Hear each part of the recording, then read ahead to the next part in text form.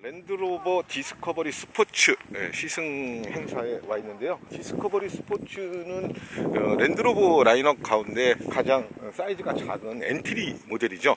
부분 변경 모델인데요. 내외관의 변화는 크지 않지만 오프로드 성능을 좀 많이 강화를 했고요. 그리고 아주 디테일한 부분에서 여러가지 변화를 줬다고 합니다. 자, 전체적으로 큰 변화는 없지만 램프류 변화가 가장 먼저 눈에 들어옵니다. 전면에 헤드램프를 보시게 되면은 이전에는 약간 그 직선에 가까운 그래프 같은 것들이 많이 포함이 되어 있었는데 부드러운 곡선 처리를 많이 해서 이전보다는 고급스러워진 모습을 하고 있습니다. 주간 전조등은 방향 지시등을 켜게 되면 방향 지시등의 역할까지 할 수 있도록 해놨고요. 전부 다 이제 LED로 교체가 되면서 기존 모델에 비해서 고급스러운 어떤 그런 부분들이 많이 강조가 된 것이 특징입니다. 인테이크라든가 이런 부분에도 약간씩 변화를 줬습니다. 그리고 가장 눈에 띄는 것이 이렇게 차체 하부에 가드를 덧대놔서 오프로드의 어떤 기능 같은 것들을 충실히 할 수 있도록 그렇게 좀 개선이 됐고요. 보닛을 보면 여기에 블랙 하이그로시 재질로 이렇게 돼 있죠. 저게 보행자를 충격했을 때 2차 부상을 막기 위해서 에어백 역할을 한다고 하거든요. 보행자가 여기에서 딱 부딪히게 되면은 여기에서 이제 에어백이 딱 튀어나와서 머리나 이런 부분이 유리에 직접 닿지 않도록 하는 역할을 해주는 에어백입니다. 또 전면에도 보시게 되면 에어덕트가 있어서요. 브레이크 열 같은 것들을 효과적으로 좀 식혀서 제동 성능을 좀 강화할 수 있도록 했습니다. 도어 핸들이나 아웃사이드 미러 같은 것들은 브랜드가 추구하는 프리미엄 이미지하고는 살짝 안 맞는 것 같아요. 타이어는 피렐리의 스콜피언 제로가 장착이 되어 있습니다. 사이즈는 23555 R19, 19인치 힐이 장착이 되어 있고요. 앞쪽 뒤쪽 타이어 사이즈가 똑같네요. 23555 19인치 타이어가 장착이 되어 있습니다. 뒷부분에서도 역시 테일램프의 변화가 가장 큽니다. 어떤 그래프나 이런 부분들을 상당히 많이 좀 디자인을 좀 변경을 했고요. 지금 디스커버리 스포츠 그 밑에 D180S 이렇게 트림명이 레터링이 새겨져 있는데요. 표시하는 것으로 보면 되겠습니다. 듀얼 머플러가 장착이 되어 있고요. 머플러에다가는 특별히 뭐 어떤 장식이나 가니쉬 같은 것들을 주지 않고 단순하게 처리를 해놨습니다. 오프로드를 지향하는 성격이 강하기 때문에 차체 하부에는 그렇게 신경을 많이 안 쓰고 있는 것 같습니다. 범퍼 가드 같은 것들도 그냥 일반적인 플라스틱 재질로 이렇게 딱 덧대놔서 단순하게 마무리가 됐고요. 그리고 C필러, D필러 같은 부분에도 살짝 부분적으로 좀 변화를 줬습니다. 직선 위주에서 그 라운드를 줘서 조금 더 부드러운 특성들이 많이 나타날 수 있도록 했고요. 아까도 말씀드렸지만 오프로드의 어떤 최적화된 그런 구성을 하고 있기 때문에 스키드 플레이트 같은 경우에도 플라스틱으로 간단하게 마무리를 해놨습니다.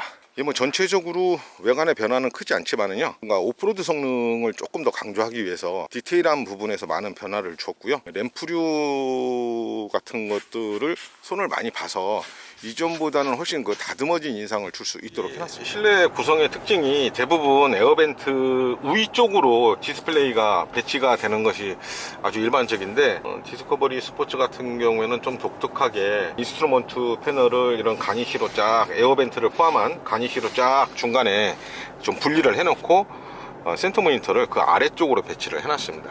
공조장치 버튼이 있는데 공조장치 버튼 같은 것도 한번 딱 누르게 되면 이게 모드 이런 것도 조정을 할 수 있게 해놨습니다. 그리고 이런 다이얼 같은 것들을 이제 공조장치면 공조장치 하나만 사용을 하는 게 아니고 아까 오프로드 할 때처럼 이렇게 드라이브 모드를 여러 가지로 설정할 수 있는 그런 기능들을 같이 이 다이얼 하나로 사용을 할 수 있게 해놓은 것도 뭔가 센터페시아 구성을 좀 단순하면서도 정돈감 있게 가져갈 수 있게 하는데 기여를 하고 있는 것 같습니다. 스마트폰 충전 시스템도 있고요. 페이스리프트가 나오면서 실내의 수납 공간이 상당히 많이 늘어났다는 겁니다. 예전보다 한 17% 정도 수납할 수 있는 공간이 늘어났다고 합니다. 보통 센터 콘솔 박스 하나만 해도 뭐 여기만 해도 9.9리터 와 엄청난 용량의 수납이 가능하다고 하는데 이게 이제 이렇게 분리식입니다. 이제 아마 요거까지 다 포함해서 9.9리터라고 하는 것 같아요. 이거 다 분리식으로 이렇게 해놨네요. 근데 이거를 분리해 놓으면은 어디다 놓지? 자, 이 콘솔 카바가 딱 여기까지만 닫히게 되어 있습니다. 그리고 이제 엔터테인먼트 시스템 같은 것도 많이 보강이 됐다고 해요. 안드로이드 오토, 뭐 애플 카플레이, 뭐 이런 커넥티드 같은 기능도 많이 좀 개선이 됐고요. 이게 전자식으로 되는 어떤 그 전자식 터치 버튼 같은 것들의 반응이 근데 뭐 생각처럼 그렇게 빠르지는 않지만 예전보다는 확실히 좋아졌습니다. 모든 매뉴얼이 한글화로 다 작업이 이루어진 것도 좀 인상적이고요. 좌석 구조가 5인승인데 2열 시트가 6대4 또 4대 2대 4 이렇게 폴딩이 가능합니다. 2열 시트가 상당히 많이 기능이 보완이 됐죠. 이게 리클라이닝도 가능하고요. 또 슬라이딩 기능까지 다 포함이 되어 있습니다. 그래서 2열의 시트 좌석 공간을 최대화할 수 있는 그런 장점을 갖고 있습니다. 2열 시트를 접을 수 있는 버튼이 여기 있고요. 접는 것만 되고 펴는 건 안 됩니다. 버튼으로 2열 시트를 간단하게 접어 놓을 수가 있습니다. 완전 평평하게 플랫하게 접혀지지는 않고요. 약간의 경사를 주고 저렇게 폴딩이 되고 있습니다.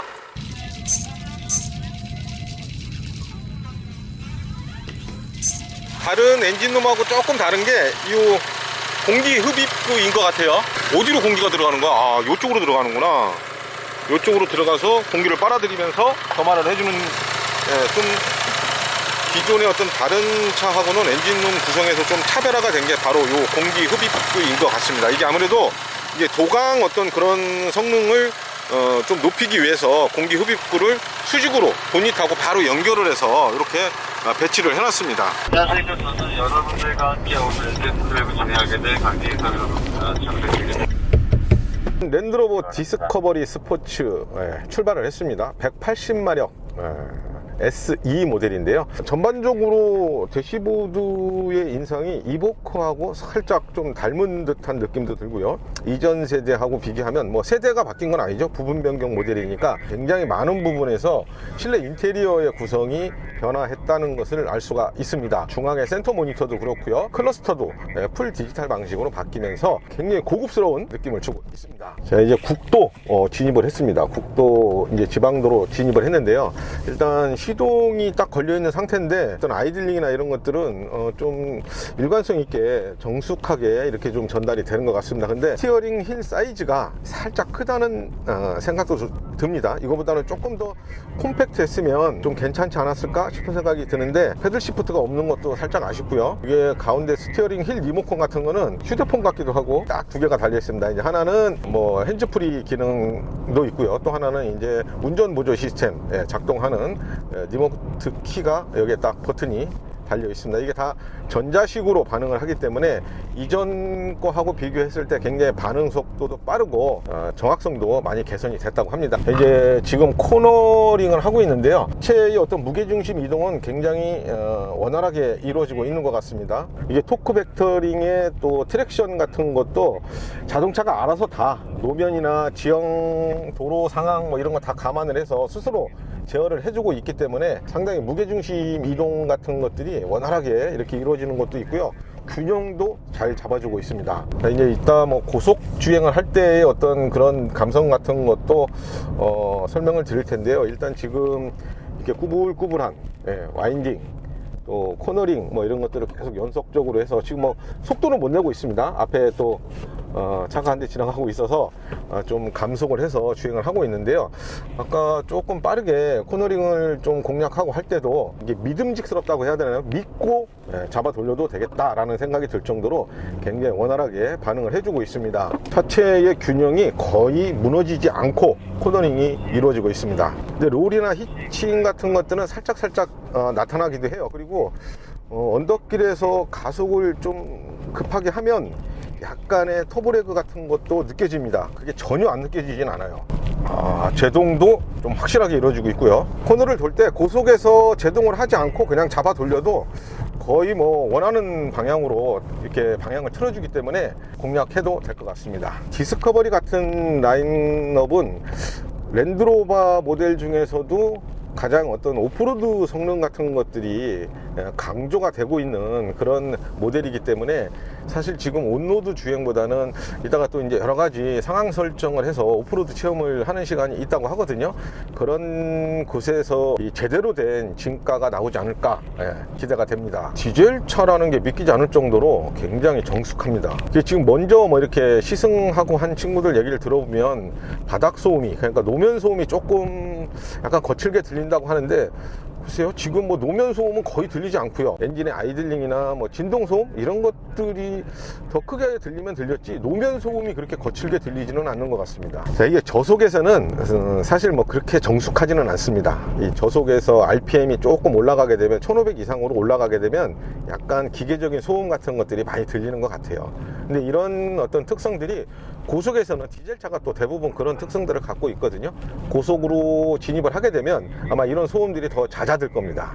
순간적인 어떤 가속감은 굉장히 좋습니다. 이게 터보 레그가 살짝 느껴진다고 했는데, 그게 뭐 예민하지 않고서는 체크가 안 되는 상황이기 때문에 크게 의식은 안 해도 될 것 같은데요. 그런 부분을 조금 제외하면 발진 가속이라든가 이런 것들은 가속 페달에 그렇게 큰 힘을 들이지 않고서도 원하는 만큼의 그런 어떤 속력을 낼 수가 있는 것 같습니다. 자, 이제 고속도로 진입을 하게 되는데요. 디스커버리 같은 경우에는 계속해서 어떤 오프로드 성능만 강조가 되다 보니까 고속에서 과연 어느 정도의 성능을 발휘하는지도 한번 체험을 해보겠습니다. 야, 리어램프가 저렇게 하니까 아우디 생각도 나고, 헤드램프도 그렇고 리어램프도 그렇고 방향 지시등이 들어오는 패턴이 똑같습니다. 안쪽에서 바깥쪽으로 순차적으로 램프가 들어오는 그런 형태를 똑같이 취하고 있습니다. 자, 요게 딱 키면은 이렇게 후방이 딱 들어오는, 후방 그 리얼타임으로 실시간으로 영상이 딱 비춰집니다. 이건 굉장히 유용할 것 같아요. 근데 사실 이런 SUV 같은 경우에는 뒤쪽에 시트 포지션이 살짝 높거든요. 높은 화물을 싣고 그랬을 때 후방 시야가 완전히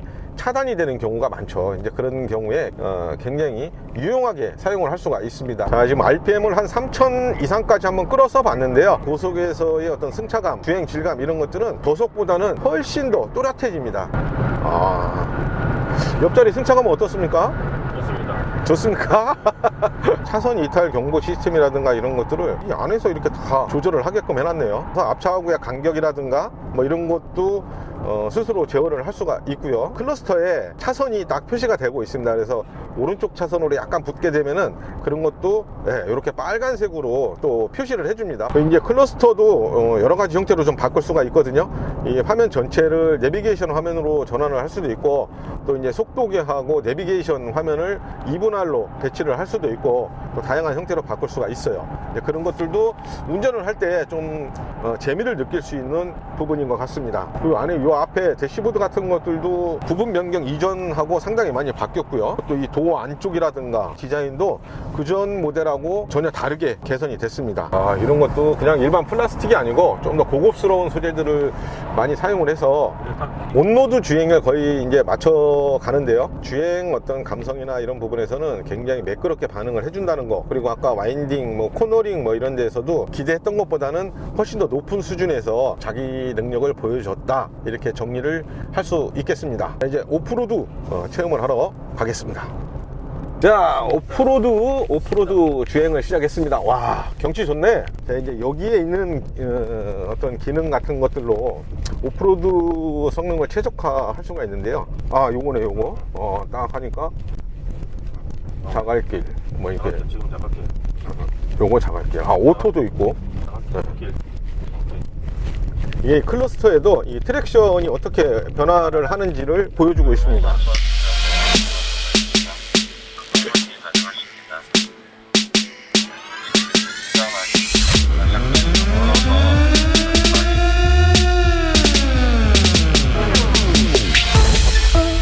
I'm 100 and I'm getting it.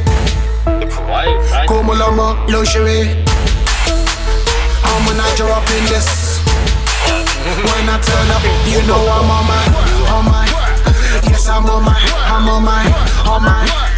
Yes, I'm on my. I am so. 자, 오프로드 체험까지 모두 마쳤습니다. 랜드로버 코리아가 비교적 다양한 코스에서 오프로드 체험을 할 수 있도록 깨끗한 공기 마시고 깨끗한 물도 보고 하면서 오프로드 체험을 했습니다. 이 도강하는 것이 특히 인상적이었는데요. 바퀴가 거의 잠기는 수준까지 수심이 있는 그런 도강 성능까지 보여줬습니다. 디스커버리 스포츠가 갖고 있는 가장 큰 장점, 오프로드에서의 자기의 능력 같은 것들을 100% 이렇게 보여줬다고 얘기를 할 수 있겠는데요. 일반 차로는 공략을 하기 힘든 그런 어려운 코스에서도 정말 매끄럽게 그런 걸 다 받아들이는 어떤 그런 능력 같은 거 좀 인상적이었고요. 여기에 이제 전기형 반응 시스템이라고 해서 있는 그런 기능 같은 것들을 적절하게 활용을 하면 그렇게 큰 힘을 들이지 않고서도 그런 험로 같은 데를 무난하게 탈출을 할 수 있었습니다. 그러니까 디스커버리 스포츠가 이 페이스리프트가 나오면서 뭐 가격적인 부분도 약간 상승을 했고요. 특히 이제 인테리어를 구성하고 있는 여러 부분들이 2세대로 진화를 했습니다. 랜드로버의 올해 성적이 디스커버리 스포츠로 시작하는 올해 성과가 어떻게 나타날지에 대해서도 기대를 가져보면 좋을 것 같습니다. 오토헤럴드 김은식 기자였습니다.